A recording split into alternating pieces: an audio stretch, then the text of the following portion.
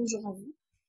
On va continuer toujours avec les deuxièmes années, donc ce sera du vocabulaire. C'est une leçon très très importante parce que les élèves n'ont jamais vu la bande dessinée, donc vous devez vraiment bien expliquer la séance.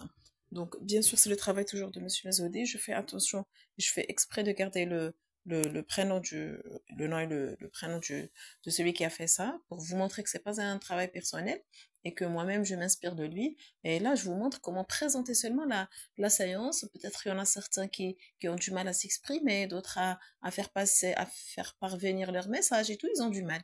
Donc c'est par rapport à ça que j'ai créé cette chaîne et j'aimerais bien que voilà, que vous m'encouragiez, c'est le subjonctif présent.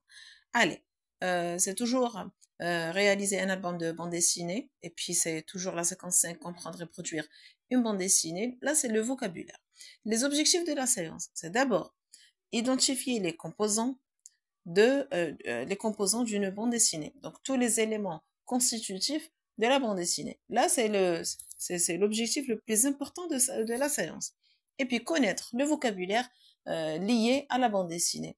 Vous devez, à la fin de la séance, vous devez, enfin, pas vous, mais ce sont les élèves, ils doivent connaître tous les éléments qui constituent en fait la bande dessinée et ils doivent sortir avec le vocabulaire propre à la BD. Déroulement de la séance, vous avez la page 87-88. La première des choses, on fait un rappel. Alors, c'est quoi une bande dessinée, les enfants? Bah, c'est une histoire, d'accord, sous forme de photos, d'accord, de vignettes, ce qu'ils vous disent, tout dépend des élèves. Et puis avec des bulles, parce qu'ils ont vu ça en compréhension de l'écrit. Bien, alors qu'est-ce que vous savez de la bande dessinée? Bah, c'est qu'il y a des bulles, il y a des photos ou vignettes, tout dépend de ce que les enfants connaissent. D'accord? Bien. Alors aujourd'hui, les enfants, on va voir une bande dessinée et on va surtout nommer les différents éléments qui constituent cette bande dessinée. Faites très attention.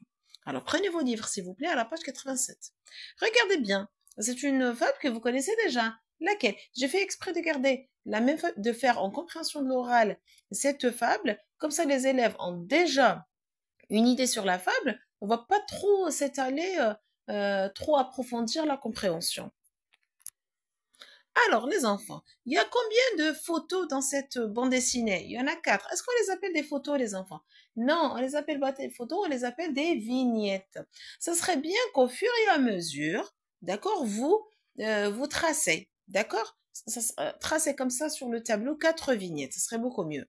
D'accord? Donc, il y a 4 vignettes. Répète Ahmed, répète Cyrine, répète. Donc, il y a 4 vignettes. On les appelle plus maintenant des photos, ce sont des vignettes. Allez, on regarde bien la première vignette. D'abord, les vignettes sont mises sur quoi? Regardez, sur un grand cadre. Un grand cadre. Donc, vous dessinez maintenant, vous, le cadre sur lequel vous posez vos vignettes.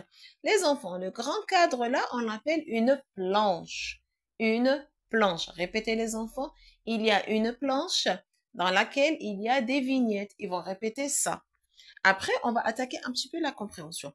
Alors, regardez bien qui peut me dire quel est le titre de cette fable? Bah, c'est Le lièvre et la tortue. Eh bien, qui sont les personnages justement de cette fable? Donc, le lièvre et la tortue. Très bien. Alors, regardez bien la première vignette, les enfants. Alors, qui a commencé à parler le premier? Bah, c'est le lièvre. Qu'est-ce qu'il a dit à la tortue? Il lui a dit, mais qu'est-ce que vous êtes lente, vous, les tortues? Il est en train de faire quoi? Ben, il se moque d'elle. Voilà. Il la sous-estime. Il se moque d'elle. Mais elle a du caractère, hein. Qu'est-ce qui montre qu'elle a du caractère? Eh ben, elle lui dit, tu te trompes. Je peux être rapide. D'accord? Elle n'est pas fâchée ou au contraire elle est partie en pleurant. Non, absolument. Elle l'a affronté. Elle lui a dit non, on peut être rapide. Bien. Alors, que font les personnages ici? D'abord, lisez encore la deuxième vignette. Lisez encore les bulles. Alors, le lièvre, quelle était sa réaction quand elle lui a dit non, on est rapide? Bah, une tortue rapide? Ha, ha, ha. Il a commencé encore à rire encore plus fort, d'accord? Il rit encore plus fort. Bien. Alors, la tortue, qu'est-ce qu'elle lui lance ici? Elle lui lance un défi. Elle lui lance un challenge. Elle lui dit, si tu ne me crois pas, faisons la course. D'accord? Elle lui lance un défi. Est-ce que le lièvre l'accepte ou pas? Oui, il l'accepte. Très bien. Alors, on va juste rester dans la vignette numéro 1 et 2. Que font les personnages entre eux? Ben, ils discutent, ils parlent. Donc, quand le personnage, tracez directement le truc, les bulles, d'accord? Au moins dans une seule vignette, mettez deux bulles où deux personnages parlent. Prenez celle-là, c'est plus rapide. Une tortue rapide, tu te trompes, je peux être rapide, etc. Ou là, faisant la course. Donc, que font les personnages entre eux? Ben, ils discutent entre eux. Donc, quand le personnage discute avec un autre personnage, il parle avec un autre personnage, on appelle ces bulles les bulles de parole. Les bulles de parole. Répétez les enfants. Faites répéter par 3 ou 4 élèves. Les bulles de parole. Regardez comment on les trace. Elles sont un peu arrondies, les bulles. Elles sont un peu arrondies. On les appelle les bulles de parole. Donc, jusqu'à maintenant, quels sont les termes que vous avez appris concernant la bande dessinée? On a la planche sur laquelle on met les vignettes. Ensuite, on a les vignettes. Et dans la vignette, on peut avoir des bulles de parole quand le personnage parle avec un autre personnage. Très bien. Allez, attaquez la troisième vignette. Regardez bien la vignette. Est-ce qu'elle ressemble à l'autre? Eh bien non, elle est sous forme de quoi? Mais on dirait des nuages. On dirait des nuages. Alors, est-ce que maintenant, regardez, dès que vous voyez, est-ce que les personnages sont en train de parler? Ben non, on voit que la tortue n'est pas proche en fait. Elle est loin du lièvre, donc il parle pas. Même par rapport aux grimaces et tout. Alors, le lièvre, qu'est-ce qu'il dit? Qui peut lire? Elle est tellement lente que j'ai le temps de me reposer. Avec qui il parle? Bah, il parle avec lui-même. Il parle avec lui-même. Et la tortue, qu'est-ce qu'elle dit? Je dois arriver la première. Je dois arriver la première. Est-ce qu'elle parle avec le lièvre? Absolument pas. Elle parle pas avec le lièvre, mais elle parle avec elle-même. Est-ce qu'on peut appeler ça des bulles de parole? Ben non. Déjà par rapport à la forme, ils ne se ressemblent pas. Et même au sens véhiculé, ce n'est pas le même. On les appelle des bulles de pensée ou de rêve. Vous êtes libre de proposer à vos élèves ce que vous voulez. Moi, je préfère de penser. Donc, ce sont des bulles de pensée. Des bulles de pensée, écrivez au moins une seule, une bulle, celle du lièvre. Elle est tellement lente que j'ai le temps de me reposer. Donc, tracez-la, tracez la bulle au tableau, d'accord? Montrez très bien avec des couleurs que c'est sous forme d'un nuage. Donc, on appelle ça une bulle de pensée. Une bulle de pensée. Alors, qu'est-ce qu'on a appris? La planche, les vignettes, bulle de parole, bulle de pensée, ils ne se ressemblent pas. Donc, lors de la production écrite des enfants et lors de la composition, eh ben, quand je vois votre bande dessinée, je sais très bien que ça, c'est le personnage qui discute et ça, c'est le personnage qui parle avec lui-même. Hein? Attention. Allez, quand la tortue a gagné, le lièvre, quelle était sa réaction? Il était comment? Heureux, malheureux? Non, il était malheureux, il était énervé, il était en colère. Qu'est-ce qu'il a aimé comme son? Qu'est-ce qu'il a fait comme son? Il a dit zut. Est-ce que zut lui-même, est-ce qu'il a un son? Est-ce que c'est un mot? Ben non, c'est un son. D'accord? C'est un son.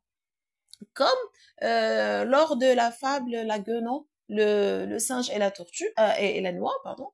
Donc, quand la noix est tombée sur la tête du singe, il a dit aïe. Donc, aïe marque la douleur, signifie la douleur. Et c'est zut, donc signifie la déception, la tristesse et tout. Donc, et regardez bien la bulle. Est-ce qu'elle ressemble à la bulle de parole? Non, elle n'est pas arrondie. Est-ce qu'elle ressemble à la bulle de pensée? Non, ce n'est pas comme un nuage, mais comme une sorte d'étoile, quelque chose qu'on voit de loin. D'accord? On appelle ça une onomatopée, les enfants. Onomatopée, les enfants. D'accord? Donc, pour écrire une bande dessinée, j'ai besoin d'abord du grand cadre. On appelle ça une planche. Et montrer aux élèves, donc vous avez déjà dessiné ça sur le tableau.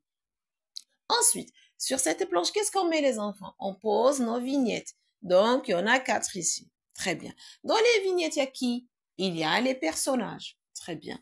Les personnages, qu'est-ce qu'ils font? Ben, ils parlent entre eux.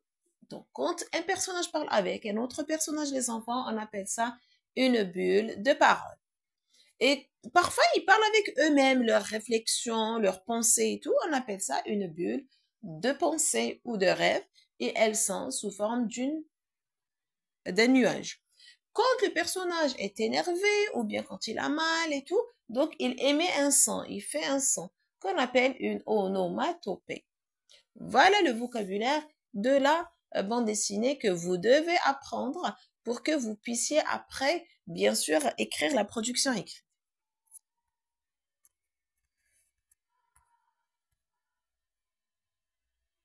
Allez, activité numéro 1, page 89. Choisis la bonne réponse. Dans cette bande dessinée, on raconte une histoire sous forme d'un texte, ou bien d'un dessin et un dialogue, ou bien un dialogue uniquement. Ben non, c'est le dessin et le dialogue. Bien. Alors, B. Les paroles du personnage sont écrites dans un cartouche, une bulle, une vignette. Non, c'est dans une bulle. Euh, un mot représentant un son est appelé musique, parole ou onomatopée. C'est onomatopée. Les paroles du narrateur sont placées dans une bulle, dans le dialogue, dans un encadré rectangulaire. Dans un encadré rectangulaire qu'on va voir maintenant. Allez, et on n'a pas terminé.